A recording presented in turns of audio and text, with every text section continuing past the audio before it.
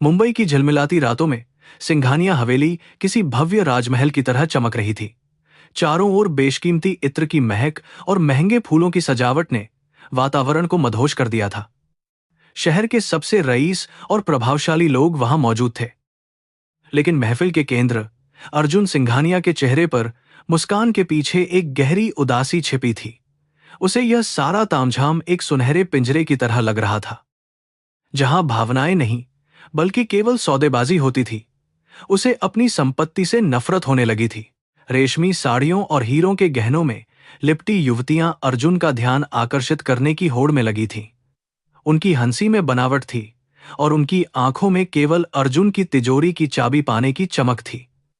वे उसके व्यक्तित्व को नहीं थी मनीष, बल्कि उसकी सत्ता और बैंक बैलेंस को देख रही थीं। अर्जुन ने एक ठंडी आह भरी और दूर खड़े अपने दोस्त राजेश को देखा, जो मेहमानों की मेजबानी में व्यस्त था। उसे लगा कि इस भीड़ में भी वह पूरी तरह अकेला और असहाय है। उसकी दादी मां सावित्री देवी एक कोने में बैठी उसे गौर से देख रही थीं। वे जानती थीं कि उनके पोते का मन इस दिखावे की दुनिया में नहीं लगता। उन्होंने हमेशा अर्जुन को सिखाया था कि सच्चा धन इंसान का चरित्र और उसका प्यार होता है, ना कि उसकी हवेली की ऊंचाई। अर्जुन को उनकी बातें याद आईं और उसका मन बेचैन हो उठा। उसने महसूस किया कि अगर उसे सच्चा प्यार और ईमानदारी देखनी है, तो उसे इस वैभवशाली दुनिया के मुखौटे को उतारना ही होगा। पार्टी के बीच में एक धनी व्यवसायी की बेटी अंजलि अर्जुन के पास आई और अपनी विदेशी यात्राओं और महंगे शौक के बारे में डींगे मारने लगी। अर्जुन ने उसकी बातों को सुना, लेकिन उसका मन कहीं और था। वह देख सकता था कि अंजलि की बातों में गहराई की कमी थी। वह केवल एक और सुंदर चेहरा थी जो विलासिता के सपने देख रही थी। अर्जुन ने विनम्रता से माफी मांगी और बालकनी की ओर बढ़ गया, जहां से उसे नीचे अंधेरी सड़कों पर रेंगती जिंदगी दिखाई दे रही थी। बालकनी से नीचे देखते हुए उसे एहसास हुआ कि असली भारत तो उन गलियों में बसता है जहां लोग हर दिन रोटी के लिए संघर्ष करते हैं। वहां न कोई दिखावा था और न ही कोई स्वार्थपूर्ण राजनीति। उसने मन ही मन एक बड़ा फैसला ले लिया। उसे लगा कि यदि वह एक साधारण भिखारी बनकर सड़कों पर निकलेगा, तभी वह देख पाएगा कि दुनिया उसे एक इंसान के तौर पर स्वीकार करती है या नहीं। यह विचार उसके दिमाग में घर कर गया और उसे रोमांचित करने लगा। उसने अपने कमरे में जाकर अपनी अलमारी से पुराने और फटे हुए कपड़े निकाले जो उसने कभी किसी नाटक के लिए रखे थे। उसने अपनी लाखों की घड़ी मेज पर रख दी और अपने गले से सोने की चेन उतार दी।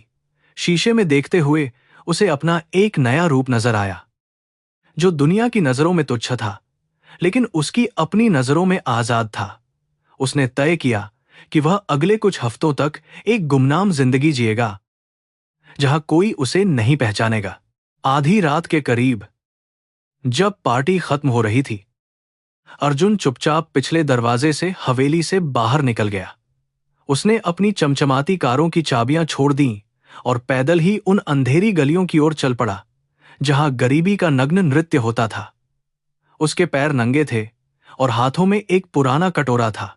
उसे डर भी लगे रहा था और उत्साह भी, क्योंकि वह पहली बार अपने अस्तित्व की असली परीक्षा देने जा रहा था। उसे कर्म के सिद्धांत पर पूरा भरोसा था। सड़क के किनारे फुटपाथ पर बैठते ही उसे ठंडी हवा के झोंके महसूस हुए। कुछ घंटे पहले वह एयर कंडीशन्ड कमरे में था और अब वह आसमान के नीचे था। राहगीरों ने उसे हिकारत की नजर से देखा, कुछ ने तो उसे गालियां भी दी। यह अनुभव उसके लिए नया और चुभने वाला था। उसने महसूस किया कि गरीबी केवल पैसे की कमी नहीं है, बल्कि समाज द्वारा दी जाने वाली उपेक्षा और अपमान का एक अंतहीन सिलसिला है जो इंसान को भीतर से तोड़ देता है। एक अमीर गाड़ी रुकी और उसमें से एक युवक ने बचा हुआ खाना कचरे के डिब्बे में फेंक दिया, लेकिन अर्जुन की ओर एक नजर तक नहीं डाली। अर्जुन को गुस्सा आया, लेकिन उसने अपनी भावनाओं को काबू में रखा। वह यहां सीखने आया था, लड़ने नहीं। उसे समझ में आया कि इंसानियत का पैमाना पैसा नहीं, बल्कि संवेदना होनी चाहिए। रात की खामोशी में उसे केवल कुत्तों के भौंकने और दूर से आती गाड़ियों की आवाजें सुनाई दे रही थीं, जो उसके अकेलेपन को और गहरा कर रही थीं। अगले दिन सुबह की पहली किरण के साथ ही शहर जाग उठा। अर्जुन ने देखा कि लोग अपनी दैनिक जरूरतों के लिए भाग दौड़ कर रहे हैं। उसने एक मंदिर के बाहर बैठने का फैसला किया, जहां उसे उम्मीद थी कि शायद कोई दयालु दिल उसे मिल जाए। वह घंटों बैठा रहा, लेकिन लोग उसे अनदेखा कर आगे बढ़ते रहे। उसकी भूख बढ़ने लगी थी और गले में प्यास के कारण कांटे चुभ रहे थे। उसे एहसास हुआ कि एक वक्त की रोटी कमाना कितना कठिन काम है। मंदिर की सीढ़ियों पर बैठते हुए उसने कई सुंदर लड़कियों को अंदर जाते देखा। वे महंगे कपड़े पहने थीं और भगवान से अपनी मन्नतें मांग रही थीं। अर्जुन ने उनके पास जाकर हाथ फैलाया, लेकिन वे उसे गंदा समझकर दूर हट गईं। उनकी आंखों में घृणा देखकर अर्जुन का दिल टूट गया। उसे लगा कि सुंदरता केवल बाहरी होती है और असली खूबसूरती तो आत्मा के भीतर छिपी होती है, जो इन रईस घरों की बेटियों में शायद कहीं खो गई थी। सूरज की तपिश बढ़ने लगी थी और अर्जुन का शरीर पसीने से भीग गया था। उसे चक्कर आने लगे थे, लेकिन उसने हार नहीं मानी। उसे लगा कि शायद भगवान उसकी परीक्षा ले रहे हैं। वह बस एक ऐसी लड़की की तलाश में था जो उसके कपड़ों या हैसियत को नहीं, बल्कि उसकी आंखों में छिपी मानवता को देख सके। उसे विश्वास था कि इस विशाल शहर में कोई ना कोई तो ऐसा होगा जिसका दिल सोने का होगा और जो निस्वार्थ भाव से मदद करेगा। वह शहर की संकरी गलियों में भटकता रहा, जहां गंदा पानी और कूड़े के ढेर लगे थे। उसे एहसास हुआ कि उसने अपनी पूरी जिंदगी एक भ्रम में बिताई थी। उसने देखा कि गरीब लोग आपस में अपनी थोड़ी सी चीजें भी बांट लेते हैं, जबकि अमीर लोग करोड़ों होने के बावजूद 1 रुपया देने में हिचकिचाते हैं। यह विरोधाभास उसे समाज की कड़वी हकीकत समझा रहा था। उसके मन में अपने परिवार और अपनी विरासत के प्रति एक अजीब सी विरक्ति पैदा होने लगी थी। शाम ढलते ढलते वह पूरी तरह थक चुका था। उसके पैर छिल गए थे और उनमें से खून रिस रहा था। वह एक पुरानी दुकान की ओट में बैठ गया और सोचने लगा कि क्या उसका यह फैसला सही था। क्या वह वास्तव में उस निस्वार्थ प्रेम को खोज पाएगा जिसकी उसे तलाश थी। उसे अपने दादाजी की एक बात याद आई कि कठिन रास्ते ही अक्सर खूबसूरत मंजिल की ओर ले जाते हैं। इसी उम्मीद के साथ उसने अपनी आंखें मूंद लीं और अगले दिन का इंतजार करने लगा। उस रात उसे नींद नहीं आई। मच्छरों और सड़क के शोर ने उसे परेशान कर रखा था।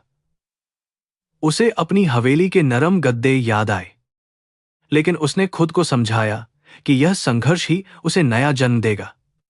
उसने संकल्प लिया कि वह तब तक वापस नहीं लौटेगा जब तक उसे वह इंसान नहीं मिल जाता जो उसकी रूह को छू सके।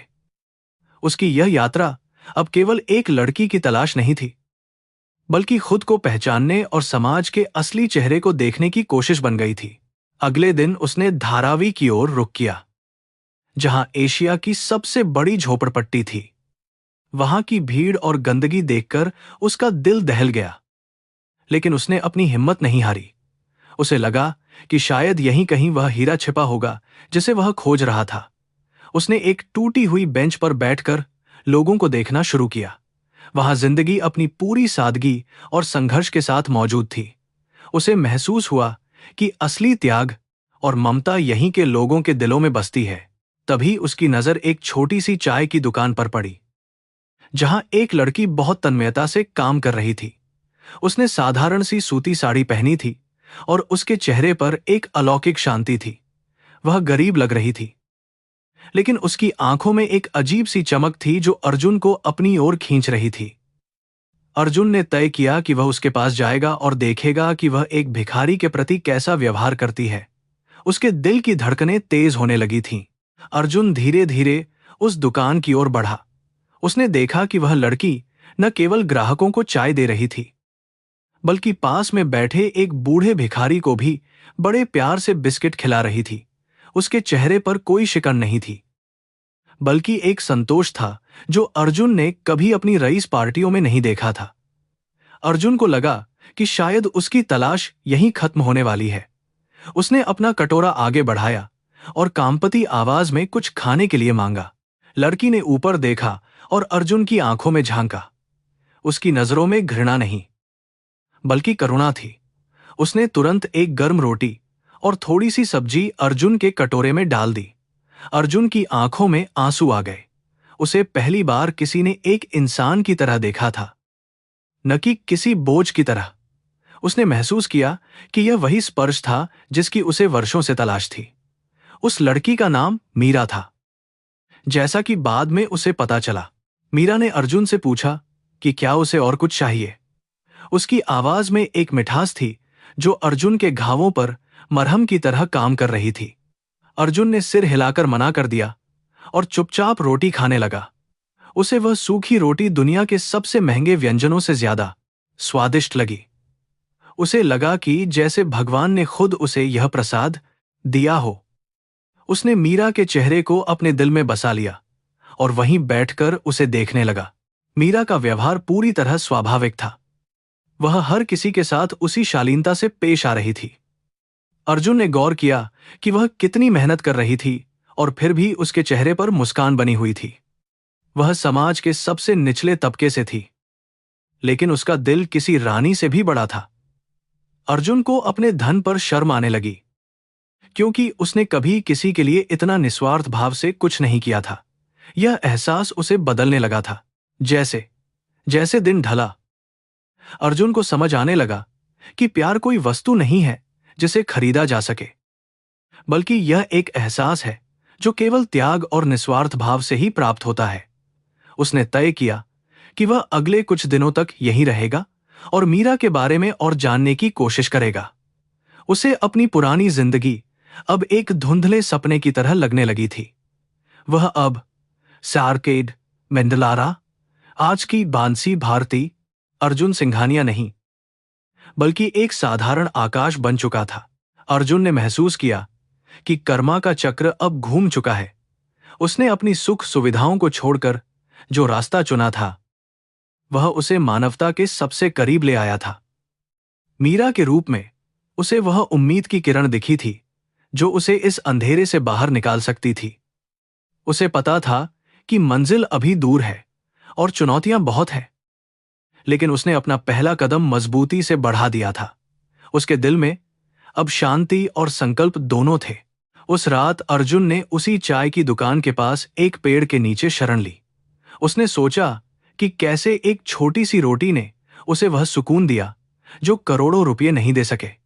वह मीरा के बारे में सोचता रहा और उसके निस्वार्थ कार्यों की कल्पना करता रहा।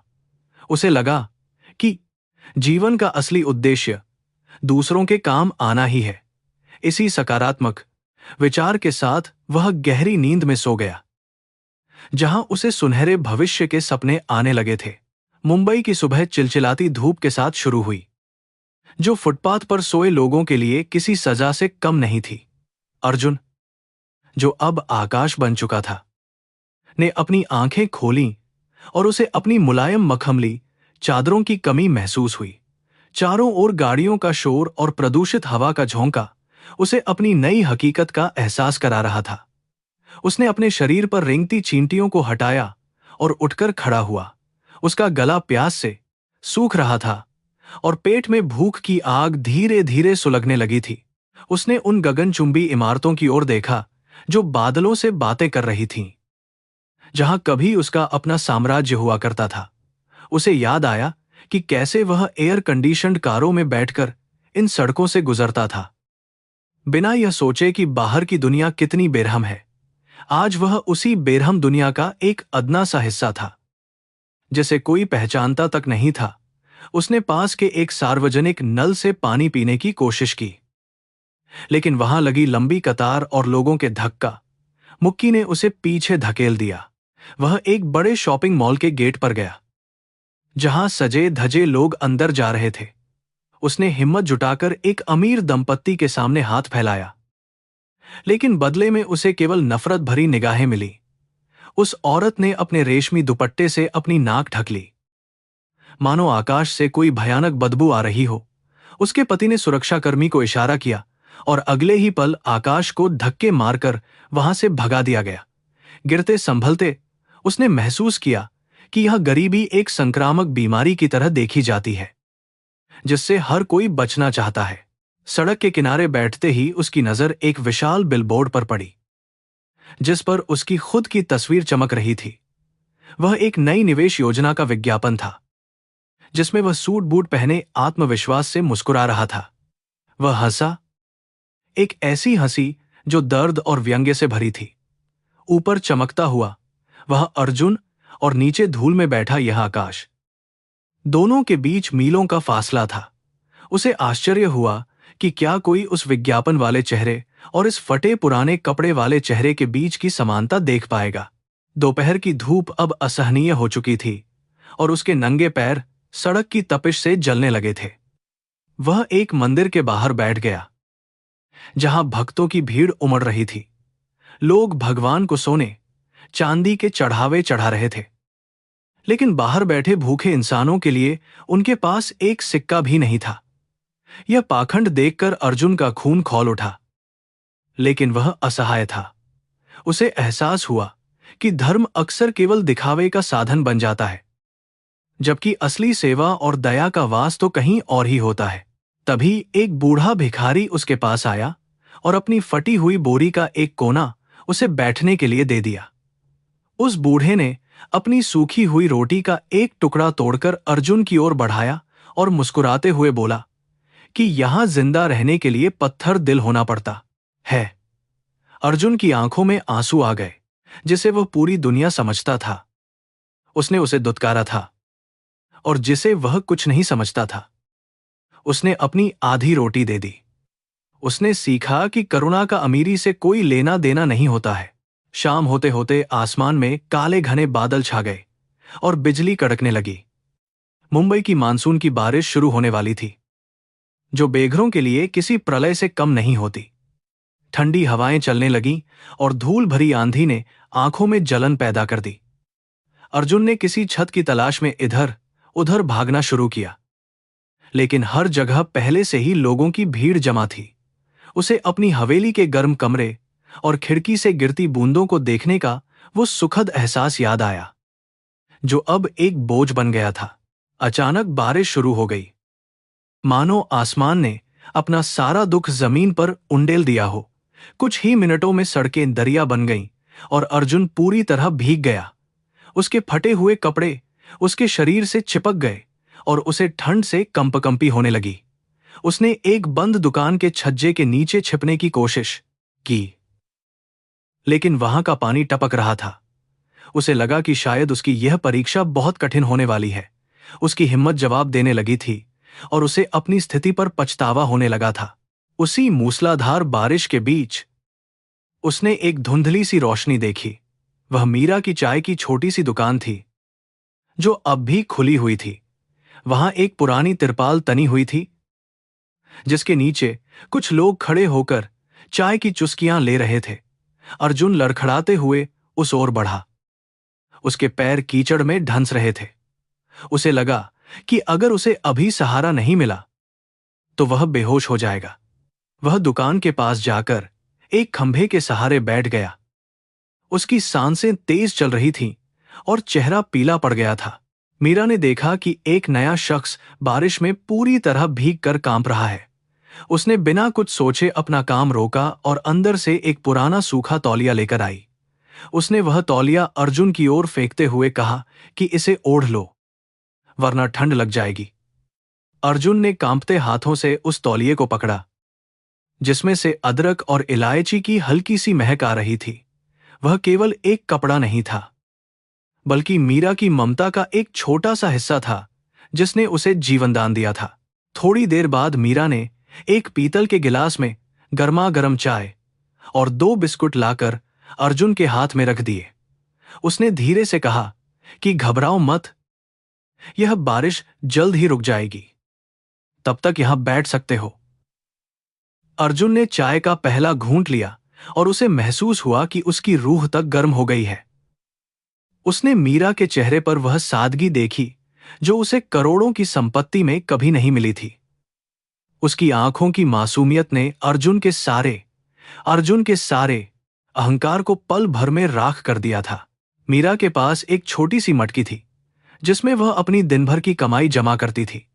अर्जुन ने देखा कि उसने अपनी कमाई में से कुछ पैसे निकालकर पास में सो रहे एक अनाथ बच्चे के लिए दूध का पैकेट खरीदा। वह खुद शायद रात को भूखी सोने वाली थी, लेकिन दूसरों की भूख उसे बर्दाश्त नहीं थी।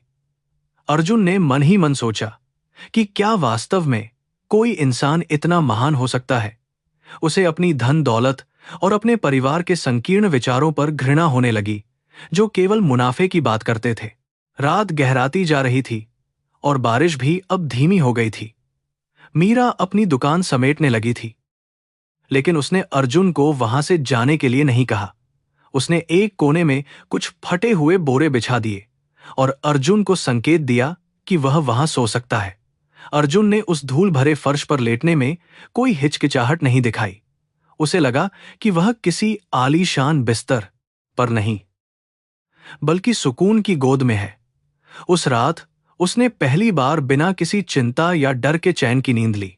अगले दिन सुबह जब अर्जुन की आंख खुली तो उसने देखा कि मीरा मंदिर जाने की तैयारी कर रही थी। उसके पास एक छोटी सी टोकरी थी जिसमें कुछ ताजे फूल थे। अर्जुन ने भी उसके पीछे पीछे जाने का फैसला किया। उसने देखा कि मीरा मंदिर की सफाई में मदद कर रही थी और भगवान की मूर्ति के सामने आंखें मूंद कर प्रार्थना कर रही थी। उसके चेहरे पर जो श्रद्धा और भक्ति थी, उसने अर्जुन को झकझोर कर रख दिया। उसे लगा कि वह भगवान के किसी दूत के साथ चल रहा है। मंदिर से लौटते समय मीरा ने अर्जुन से उसका नाम पूछा। अर्जुन ने अपना काल्पनिक नाम आकाश बताया और कहा कि वह काम की तलाश में शहर आया था, लेकिन सब कुछ खो बैठा। मीरा ने उसकी कहानी सुनकर दुख जताया और उसे ढांढस बंधाया कि ईश्वर कभी किसी का बुरा नहीं करते, बस कर्म करते रहो। उसने अर्जुन को अपनी दुकान पर छोटे मोटे कामों में मदद करने का प्रस्ताव दिया। अर्जुन के लिए यह केवल काम नहीं था, बल्कि मीरा के करीब रहने और उसे और बेहतर ढंग से समझने का मौका था। धीरे धीरे दिन बीतने लगे और अर्जुन को धारावी की गलियां अपनी लगने लगीं। उसने देखा कि यहां लोग कितनी कम सुविधाओं में भी खुश रहना जानते हैं।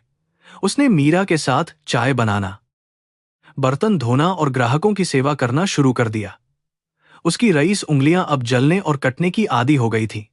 उसे अब उस सोने के चम्मच की याद नहीं आती थी जिससे वह खाना खाता था। उसे अब उस मेहनत की रोटी में मिठास मिलने लगी थी जो वह खुद कमा रहा था।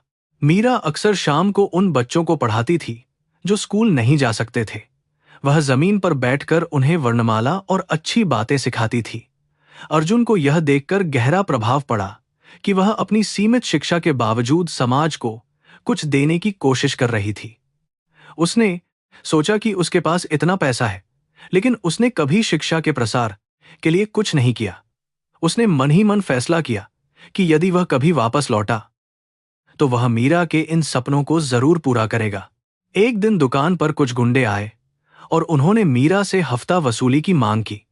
वे उसे डरा रहे थे और उसकी दुकान तोड़ने की धमकी दे रहे थे। अर्जुन को बहुत गुस्सा आया। वह उन्हें एक पल में ठिकाने लगा सकता था, लेकिन उसने अपनी पहचान छुपाए रखी। उसने चुपचाप बीच बचाव किया और अपनी बातों से उन्हें शांत करने की कोशिश की। उसे महसूस हुआ कि गरीबों की जिंदगी में केवल प्रकृति ही नहीं, बल्कि इंसान भी दुश्मन बनकर खड़े होते हैं। मीरा की बहादुरी ने उसे प्रेरित किया। उस घटना के बाद मीरा थोड़ी उदास रहने लगी थी।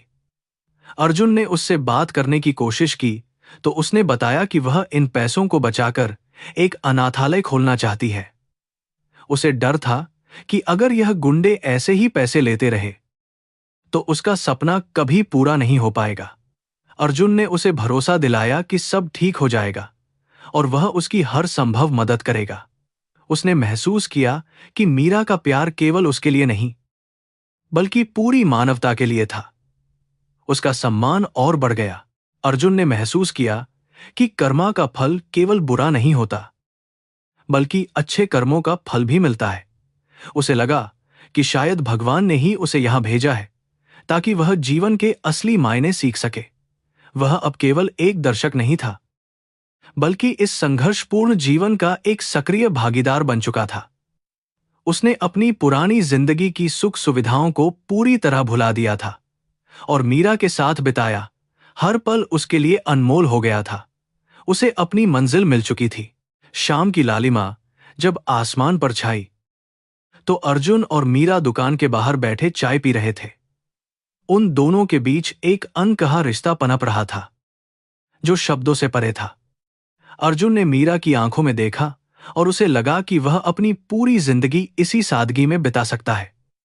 उसे अब उस करोड़ों की संपत्ति की कोई जरूरत महसूस नहीं हो रही थी।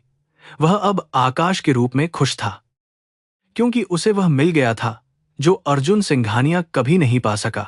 धारावी की सुबह हमेशा की तरह शोर शराबे और धूल से भरी थी।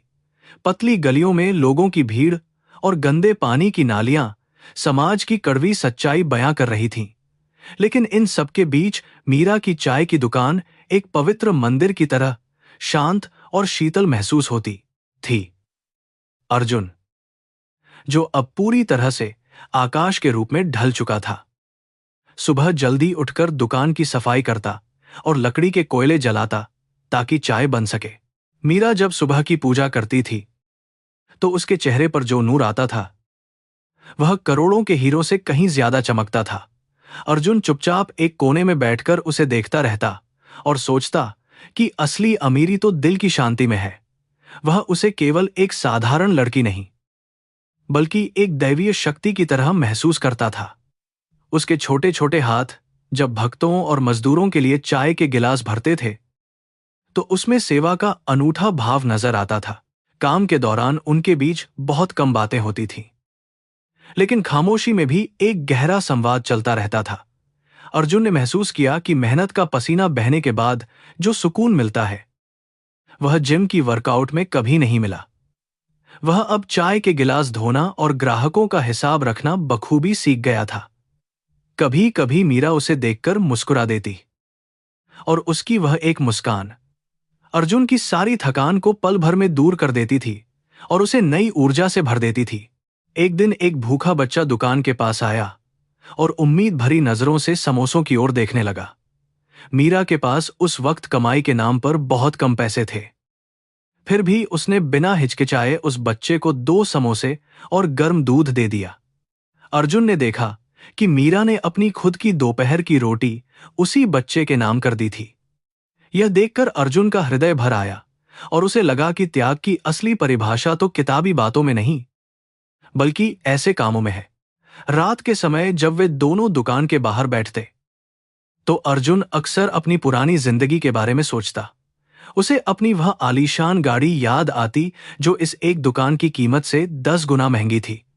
उसे महसूस होता कि उसने अपनी पूरी उम्र उन चीजों को इकट्ठा करने में बिता दी जिनकी कोई रूह नहीं थी। मीरा के एड ओलो, मीरा के ओम अखी दूरार दी और भार काम अभी सानिध्य में उसे पहली बार अपनी रूह के होने का एहसास हुआ और उसे अपनी संचित दौलत अब एक व्यर्थ बोझ की तरह लगने लगी थी। मीरा ने एक दिन बातों बातों में बताया कि उसके पिता एक छोटे से शिक्षक थे जिनका सपना था कि इस बस्ती का हर बच्चा शिक्षित हो, लेकिन उनकी असामयिक मृत्यु के बाद मीरा को घर चलाने के लिए यह दुकान संभालनी पड़ी। उसने अपनी आंखों में आंसू दबाते हुए कहा कि वह अपनी आखिरी सांस तक उस सपने को पूरा करने की कोशिश करेगी। अर्जुन ने उसकी बातों में जो दृढ़ संकल्प देखा उसने उसे भीतर से पूरी तरह हिलाकर रख दिया और सोचने पर मजबूर कर दिया। एक ठंडी शाम जब हल्की बूंदाबांदी हो रही थी, मीरा ने अर्जुन के फटे हुए कुर्ते को देखकर एक पुरानी सुई और धागा निकाला। उसने बड़े प्यार से उस कुर्ते के छेद को सिलना शुरू किया, जबकि अर्जुन उसे मंत्रमुग्ध होकर देखता रहा।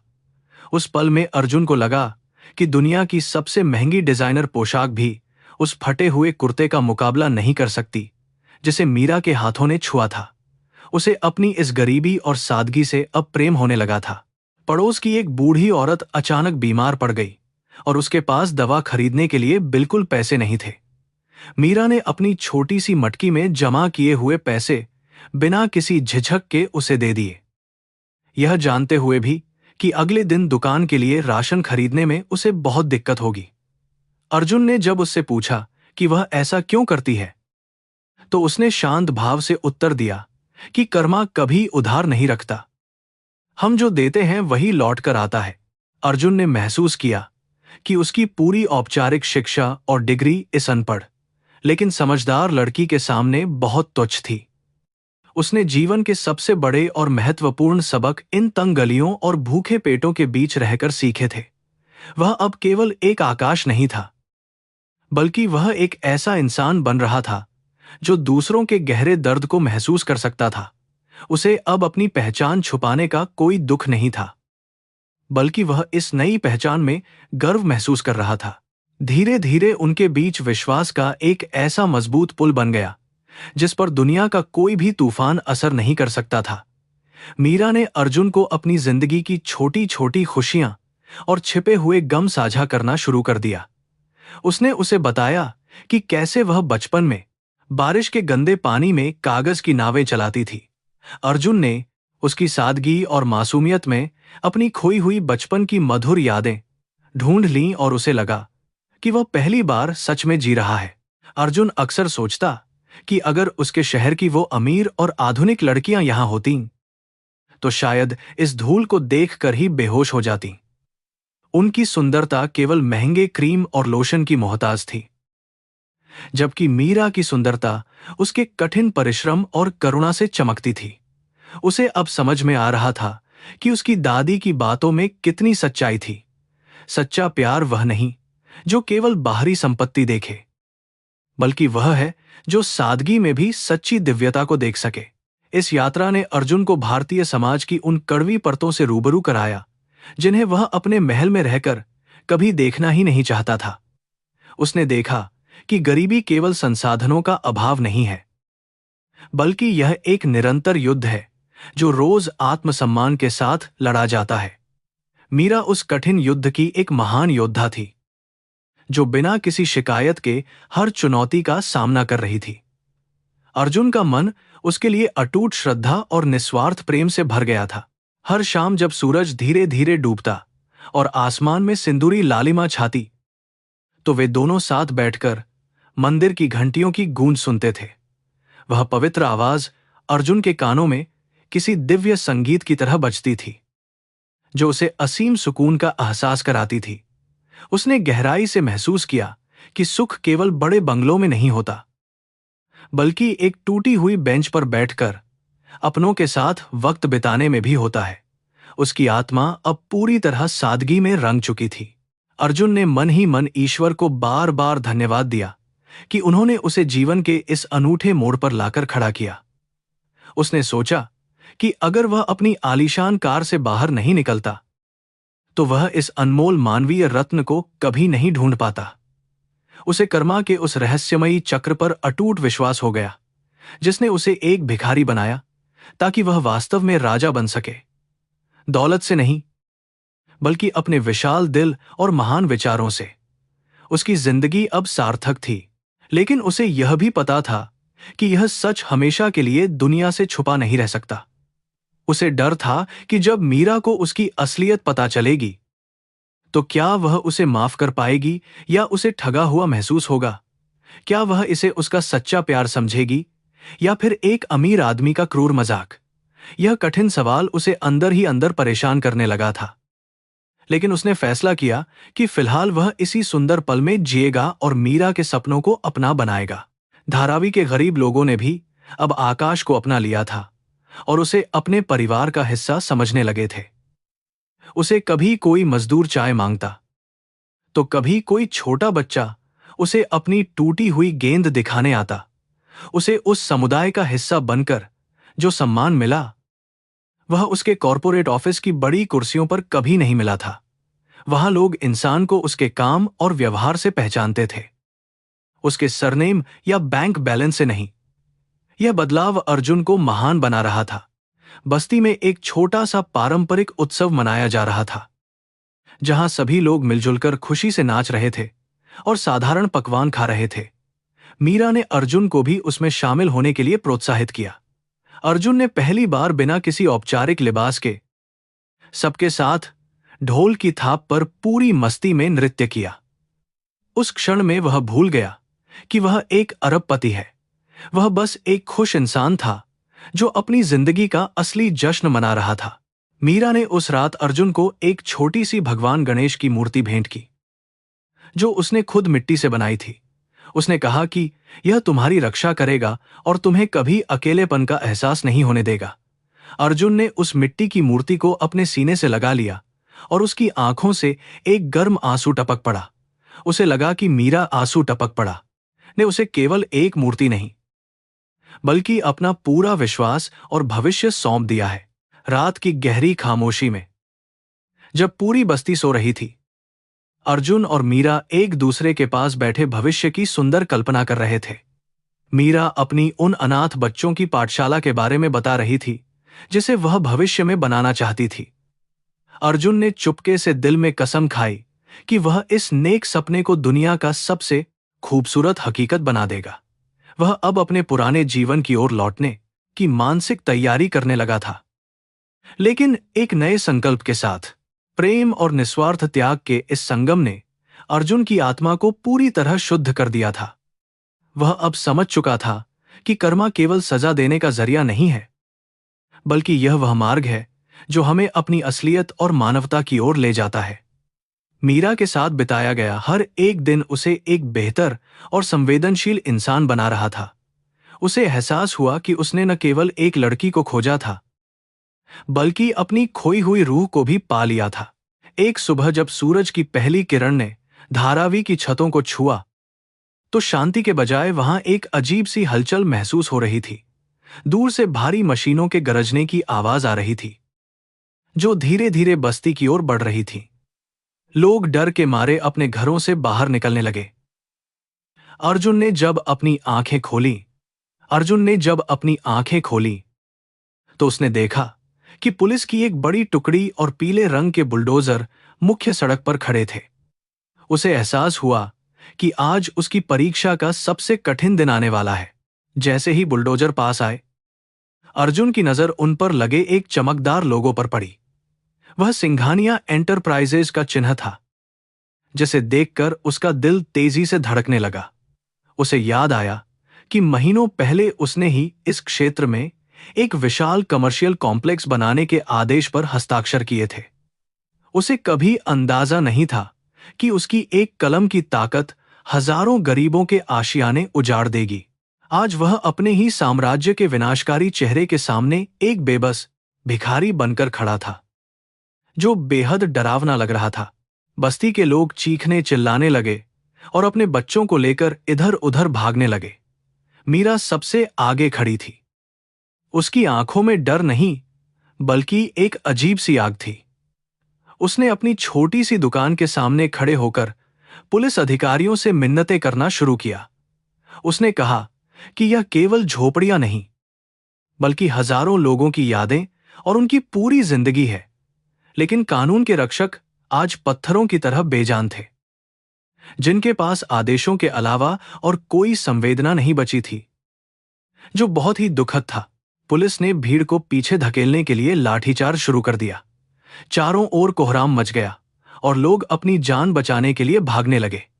उसी अफरा तफरी में एक पुलिसकर्मी ने मीरा को धक्का दिया, जिससे वह जमीन पर गिर पड़ी और उसका सिर एक लोहे के खंभे से टकरा गया। अर्जुन ने जब मीरा को लहूलुहान होते देखा, तो उसके अंदर का सोया हुआ शेर जाग उठा। वह दौड़कर उसके पास पहुंचा और उसे अपनी बाहों में उठा लिया। मीरा के माथे से बहता खून अर्जुन के हाथों को रंग रहा था। अर्जुन का मन हुआ कि वह जोर से चिल्लाकर कहे कि रुको, मैं अर्जुन सिंघानिया हूं, मेरा हुक्म है कि इसे अभी बंद करो। लेकिन उसकी जुबान पर ताला लगा था। अगर वह आज अपनी पहचान उजागर कर देता, तो उसका यह पवित्र सफर बीच में ही अधूरा रह जाता। उसे अपने धन और अपनी सत्ता पर इतनी घृणा पहले कभी नहीं हुई थी। उसे लगा कि वह अपनी ही दौलत के बोझ तले दबा जा रहा है। उसने मीरा को एक सुरक्षित कोने में लिटाया और खुद को काबू किया। तभी उसे एहसास हुआ कि वह मूक दर्शक बनकर सब कुछ बर्बाद नहीं होने दे सकता। वह चुपके से भीड़ से बाहर निकला और एक सार्वजनिक टेलीफोन बूथ की तलाश करने लगा। उसके पास कुछ सिक्के थे जो उसने भीख मांगकर जमा किए थे। उसने कांपते हाथों से अपने वफादार मैनेजर राजेश का नंबर मिलाया। राजेश ने जब अर्जुन की आधिकारिक आवाज सुनी तो वह हैरान रह गया।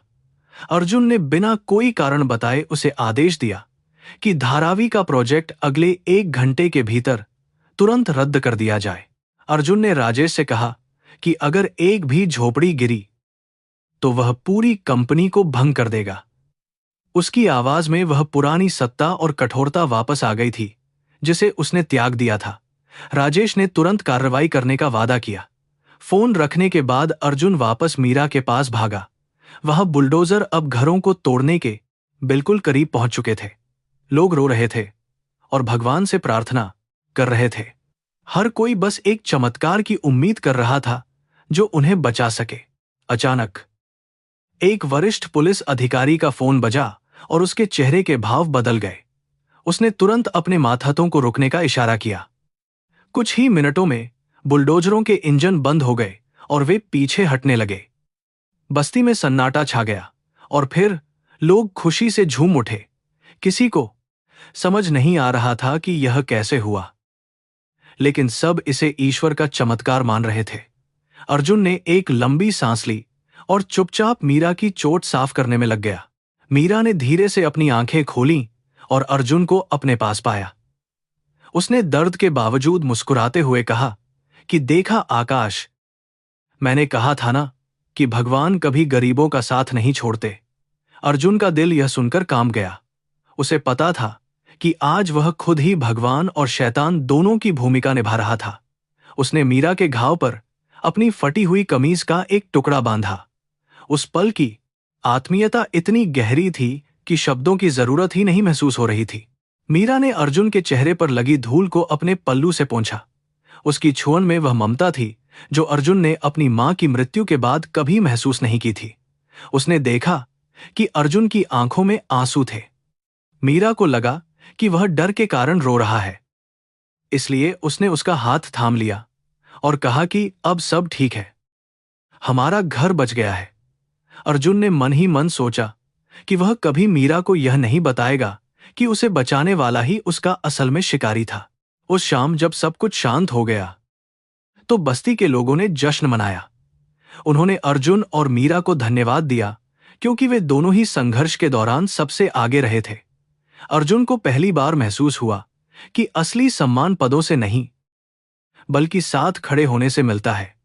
उसने देखा कि कैसे एक छोटे से फोन कॉल ने हजारों चेहरों पर मुस्कान ला दी थी। उसे अपनी संपत्ति का सही उपयोग अब समझ में आ रहा था। पैसा केवल सुख के लिए नहीं बल्कि सुरक्षा के लिए होना चाहिए।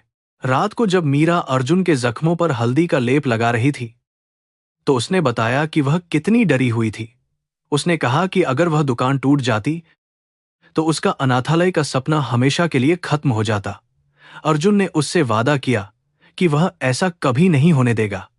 उसने महसूस किया कि उसका कर्मा उसे एक ऐसी दिशा में ले जा रहा है जहां उसे अपनी पूरी विरासत का पुनर्गठन करना होगा। उसे एक नया जीवन और एक नया उद्देश्य मिल गया था। तभी सिंघानिया एंटरप्राइजेज का एक जूनियर मैनेजर जो अपनी फाइल लेने वापस आया था अर्जुन के करीब से गुजरा। उसने अर्जुन को गौर से देखा। उसे लगा कि यह चेहरा उसने कहीं देखा है। अर्जुन ने तुरंत अपना सिर नीचे कर लिया और अंधेरे में छिप गया। उस मैनेजर ने कुछ देर सोचा और फिर सिर हिलाकर चला गया। अर्जुन को एहसास हुआ कि अब उसके यहां रुकने का समय खत्म हो रहा है। उसकी पहचान किसी भी वक्त खुल सकती थी और वह इसे गलत तरीके से नहीं चाहता था। अर्जुन पूरी रात सो नहीं सका। वह सोचता रहा कि उसे कब और कैसे मीरा को अपनी असलियत बतानी चाहिए। क्या वह उसे स्वीकार करेगी या उसे एक धोखेबाज समझेगी? उसे डर था कि उसकी दौलत उनके बीच की उस सादगी को खत्म कर देगी जिसे उसने इतनी मेहनत से कमाया है। उसने तय किया कि वह अगले कुछ दिनों में सब कुछ स्पष्ट कर देगा। उसे कर्मा पर भरोसा था कि अगर उसका प्यार सच्चा है तो सब कुछ ठीक ही होगा और उन्हें मंजिल मिलेगी। मीरा ने अर्जुन को बेचैन देखकर उससे पूछा कि वह क्या सोच रहा है। अर्जुन ने कहा कि कभी कभी सच बहुत भारी होता है। मीरा ने शांति से उत्तर दिया कि सच कभी भारी नहीं होता, उसे छुपाने का बोझ भारी होता है। उसकी इस छोटी सी बात ने अर्जुन को हिम्मत दी। उसने महसूस किया कि वह मीरा को अब और अंधेरे में नहीं रख सकता।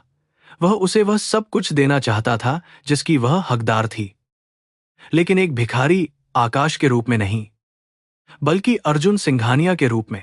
अगले दिन अर्जुन ने अपनी हवेली जाने का फैसला किया ताकि वह अंतिम योजना बना सके।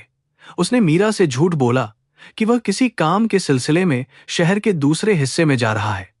मीरा ने उसे अपनी दुआओं के साथ विदा किया। अर्जुन जब अपनी हवेली के पास पहुंचा तो उसे वह सब कुछ अजनबी लगने लगा। वह भव्य द्वार, वे दरबान और वह सन्नाटा उसे डरा रहे थे। उसे लगा कि वह अपनी आत्मा को धारावी की उन गलियों में ही छोड़ आया है जहां जिंदगी धड़कती थी। हवेली के अंदर कदम रखते ही राजेश उसके पास दौड़ा आया। उसने अर्जुन की हालत देखकर अपनी आंखें मूंद लीं। अर्जुन ने उसे शांत रहने का इशारा किया और सीधे अपने कमरे में चला गया। उसने एक गर्म पानी से स्नान किया और अपने असली कपड़े पहने। शीशे में देखते हुए उसे वह अर्जुन वापस मिल गया था, लेकिन उसकी आंखें अब बदल चुकी थीं। उनमें अब केवल अहंकार नहीं, बल्कि दुनिया भर की करुणा और मीरा के प्रति अटूट प्रेम का सागर उमड़ रहा था। उसने अपनी दादी मां को बुलाया और उन्हें सब कुछ बता दिया। सावित्री देवी की आंखों में गर्व के आंसू थे। उन्होंने कहा कि तूने आज अपनी परीक्षा पास कर ली है मेरे बच्चे। उन्होंने अर्जुन को आशीर्वाद दिया और मीरा को घर लाने की अनुमति दे दी। अर्जुन को लगा कि उसके जीवन का सबसे बड़ा बोझ हट गया है। अब उसे बस मीरा का दिल जीतना था और उसे अपनी इस दुनिया का हिस्सा बनाना था, जो शायद सबसे कठिन काम होने वाला था। अर्जुन ने एक भव्य योजना बनाई। वह मीरा की दुकान पर अपनी असली पहचान के साथ जाने वाला था, लेकिन उसे पता था कि यह एक झटके की तरह होगा। उसने राजेश को आदेश दिया कि वह धारावी के उस अनाथालय की जमीन के कागज तैयार रखे जिसे मीरा बनाना चाहती थी। वह उसे उपहार स्वरूप देना चाहता था ताकि उसे यकीन हो सके कि उसका प्यार केवल शब्दों तक सीमित नहीं है। उसकी तैयारी पूरी थी और उसका दिल उम्मीदों से भरा हुआ था। शाम को जब वह अपनी काली लग्जरी कार में बैठकर वापस धारावी की ओर चला तो उसका मन बहुत अशांत था। वह बार बार अपनी पुरानी और नई जिंदगी की तुलना कर रहा था। उसे पता था कि आज के बाद कुछ भी पहले जैसा नहीं रहेगा। या तो मीरा उसे हमेशा के लिए अपना लेगी, या फिर वह उसे एक अमीर आदमी का क्रूर मजाक समझकर ठुकरा देगी। उसने भगवान गणेश की उस मिट्टी की मूर्ति को छुआ जो मीरा ने उसे दी थी और प्रार्थना की। जैसे ही उसकी कार बस्ती के मुहाने पर रुकी, लोग उसे हैरत से देखने लगे। इतनी महंगी गाड़ी वहां पहले कभी नहीं देखी गई थी। अर्जुन कार से उतरा। उसने वही साधारण कपड़े पहन रखे थे जो उसने भीख मांगते समय पहने थे, लेकिन उसके पीछे उसके गार्ड्स और राजेश थे। वह सीधे मीरा की दुकान की ओर बढ़ा। मीरा चाय बना रही थी। उसने जब गाड़ियों का शोर सुना तो ऊपर देखा। उसकी नजरें अर्जुन से मिलीं और समय जैसे वहीं थम गया। मीरा की आंखों में अविश्वास और हैरानी के बादल छा गए थे। उसने कभी सपने में भी नहीं सोचा था कि जिस आकाश को उसने सड़क से उठाकर सहारा दिया था, वह शहर का सबसे बड़ा उद्योगपति अर्जुन सिंघानिया होगा। उसके पीछे खड़ी चमचमाती गाड़ियां और काले सूट में सुरक्षाकर्मी इस बात का प्रमाण थे कि वह किसी और ही दुनिया का राजा था। मीरा के हाथ से चाय का गिलास छूटकर जमीन पर गिर गया और कांच के टुकड़ों की तरह उसका भरोसा भी बिखरने लगा। उसे अपनी गरीबी का मजाक उड़ता हुआ महसूस हुआ। अर्जुन धीरे धीरे मीरा की ओर बढ़ा। उसकी आंखों में पछतावे और प्यार का मिला जुला भाव था। उसने देखा कि मीरा की आंखों से आंसू बह रहे थे, जो उसके धोखे की गवाही दे रहे थे। उसने कांपती आवाज में कहा, मीरा, मुझे माफ कर दो। मैंने तुमसे झूठ बोला, लेकिन मेरा प्यार कभी झूठ नहीं था। मैं केवल एक ऐसे दिल की तलाश में था जो मुझे मेरी दौलत के बिना प्यार कर सके, और वह दिल मुझे तुम्हारे भीतर मिला। मीरा खामोश रही। उसकी खामोशी अर्जुन के दिल को चीर रही थी। बस्ती के लोग, जो अब तक आकाश को अपना समझते थे, अचानक उसे एक अजनबी और शक्तिशाली दुश्मन की तरह देखने लगे। उन्हें लगा कि एक अमीर आदमी ने उनके संघर्ष और उनकी भावनाओं के साथ एक खेल खेला है। अर्जुन ने महसूस किया कि उसकी दौलत उसके और इन लोगों के बीच एक अभेद्य दीवार बन गई थी। उसने अपने मैनेजर राजेश को इशारा किया, जिसने एक रेशमी लिफाफा मीरा की ओर बढ़ाया। उस लिफाफे में धारावी के उन अनाथ बच्चों के लिए बनने वाले स्कूल और अनाथालय के कानूनी कागजात थे। मीरा ने उन कागजों को देखा, लेकिन उसने उन्हें हाथ नहीं लगाया।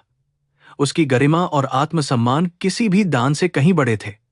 उसने रुंधे हुए गले से कहा, सिंघानिया साहब, आपने हमें रोटी दी, हमने आपको प्यार दिया, लेकिन आपने हमारे विश्वास का सौदा किया।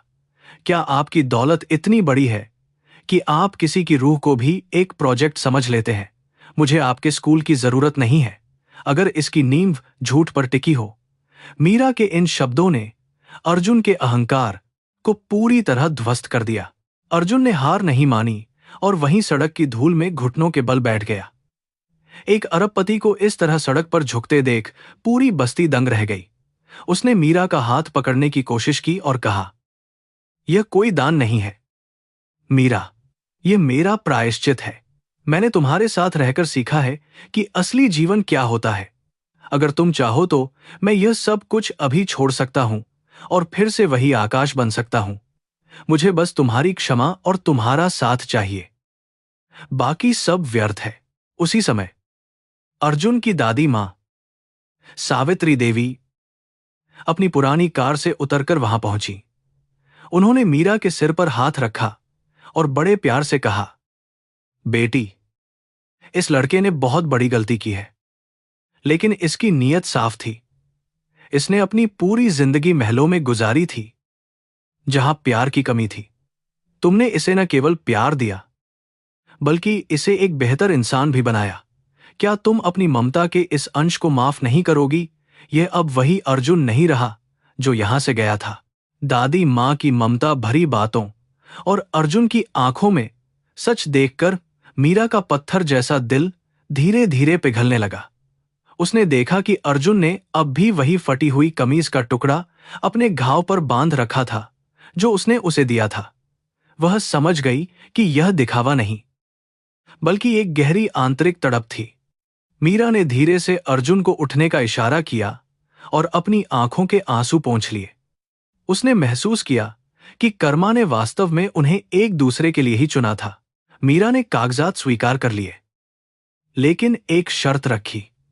उसने कहा कि वह इस अनाथालय को तभी स्वीकार करेगी जब अर्जुन खुद यहां आकर बच्चों को पढ़ाएगा और अपनी संपत्ति का आधा हिस्सा गरीबों के कल्याण के लिए समर्पित कर देगा। अर्जुन ने खुशी खुशी यह शर्त मान ली। उसे अब समझ में आ गया था कि धन का असली महत्व उसे संचय करने में नहीं, बल्कि उसे समाज के अंतिम व्यक्ति तक पहुंचाने में है। उसकी आंखों में अब एक नई चमक और उद्देश्य था। कुछ हफ्तों बाद धारावी की उसी तंग गली में एक अनोखा दृश्य था। शहर के सबसे बड़े अरबपति की शादी किसी आलीशान होटल में नहीं, बल्कि उसी पुराने मंदिर में हो रही थी जहां वह पहली बार बैठा था। वहां कोई वीआईपी मेहमान नहीं थे, बल्कि बस्ती के वही मजदूर और बच्चे थे जिन्होंने अर्जुन को आकाश के रूप में प्यार दिया था। शादी की रस्में बहुत ही सादगी से निभाई गईं, जहां केवल मंत्रों की गूंज और सच्चे प्रेम का वातावरण था, जो बहुत सुखद था। मीरा एक साधारण लाल रंग की सूती साड़ी में दुल्हन बनी थी, लेकिन उसकी सुंदरता के सामने दुनिया के सारे गहने फीके थे। अर्जुन ने अपनी दादी के पुराने पुश्तैनी जेवर उसे पहनाए, जो उसकी सादगी को और निखार रहे थे। उन दोनों ने अग्नि के फेरे लेते समय ईश्वर से केवल यही प्रार्थना की कि वे हमेशा धर्म और मानवता के मार्ग पर चलें। उस दिन कर्मा का चक्र पूरा हुआ, जहां एक भिखारी को रानी मिली और एक राजा को उसकी खोई हुई रूह मिली। शादी के बाद अर्जुन ने अपना अधिकांश समय धारावी के कल्याण कार्यों में लगाना शुरू कर दिया। वह अब केवल बोर्ड मीटिंग्स में नहीं बैठता था, बल्कि उन गलियों में जाकर लोगों की समस्याएं सुनता था। उसने मीरा के साथ मिलकर एक ऐसी व्यवस्था बनाई जहां कोई भी बच्चा भूखा न सोए और हर हाथ को काम मिले। उसके इस बदलाव ने पूरे देश के अमीर वर्ग के लिए एक उदाहरण पेश किया। लोगों ने देखा कि कैसे एक इंसान का प्यार पूरे समाज को बदल सकता है। सावित्री देवी को अंततः वह सुकून मिल गया जिसकी वे वर्षों से तलाश कर रही थीं। उन्होंने देखा कि उनकी विरासत अब सुरक्षित और दयालु हाथों में थी। मीरा ने न केवल सिंघानिया परिवार की बहू बनकर हवेली की गरिमा बढ़ाई, बल्कि उसने अर्जुन को हमेशा जमीन से जुड़े रहने की प्रेरणा दी। वे दोनों अक्सर शाम को उसी चाय की दुकान पर जाते थे जहां से उनकी कहानी शुरू हुई थी, ताकि वे अपनी जड़ों को कभी न भूल सकें और सदैव विनम्र रहें। कहानी का अंत किसी महल में नहीं, बल्कि उन लाखों दिलों में हुआ जिन्होंने इस प्रेम गाथा से प्रेरणा ली। अर्जुन सिंघानिया अब केवल एक नाम नहीं था, बल्कि वह आशा का प्रतीक बन चुका था। उसने साबित कर दिया कि असली खुशी लग्जरी कारों या बैंक बैलेंस में नहीं, बल्कि किसी की आंखों के आंसू पोंछने और निस्वार्थ प्रेम करने में है। कर्मा का नियम अटल है, जो हम बोते हैं वही काटते हैं। और अर्जुन ने करुणा बोकर असीम सुख पाया। समय बीतता गया और वह बस्ती अब एक विकसित और खुशहाल जगह बन गई थी, लेकिन वहां की सादगी आज भी बरकरार थी। मीरा और अर्जुन के बच्चे भी उन्हीं बच्चों के साथ खेलते और पढ़ते थे, जिससे ऊंच नीच का भेद हमेशा के लिए मिट गया। यह केवल एक प्रेम कहानी नहीं थी, बल्कि एक सामाजिक क्रांति थी जिसने नफरत और गरीबी के अंधेरे को मानवता के प्रकाश से भर दिया था। ईश्वर की कृपा और कर्मों की शुद्धता ने उन्हें वह अमरत्व दिया जो केवल विरले ही पाते हैं। आज भी जब मुंबई की बारिश होती है, लोग उस चाय की दुकान की कहानी याद करते हैं जहां एक भिखारी ने अपना साम्राज्य छोड़ दिया था। वह कहानी सिखाती है कि प्यार कोई सौदा नहीं है, बल्कि यह एक बलिदान है जो इंसान को देवता बना देता है। अर्जुन और मीरा की जोड़ी ने दिखाया कि जब दो आत्माएं सच्चाई के साथ मिलती हैं, तो नियति भी उनके सामने झुक जाती है। उनकी दास्तान सदियों तक उन गलियों में गूंजती रहेगी जहां इंसानियत आज भी जिंदा है। इस प्रकार एक अरबपति की तलाश एक भिखारी के रूप में समाप्त हुई, लेकिन उसकी असली यात्रा एक इंसान के रूप में शुरू हुई। उसने वह सब कुछ खो दिया जिसे दुनिया मूल्यवान मानती थी, लेकिन उसने वह सब कुछ पा लिया जिसे भगवान अनमोल मानते हैं। प्यार, त्याग और कर्मा के इस संगम ने एक ऐसी गाथा रची जो आने वाली पीढ़ियों के लिए एक मिसाल बनी रहेगी। जीवन का सत्य केवल प्रेम में ही समाहित है। यही इस कहानी का अंतिम संदेश और सार है।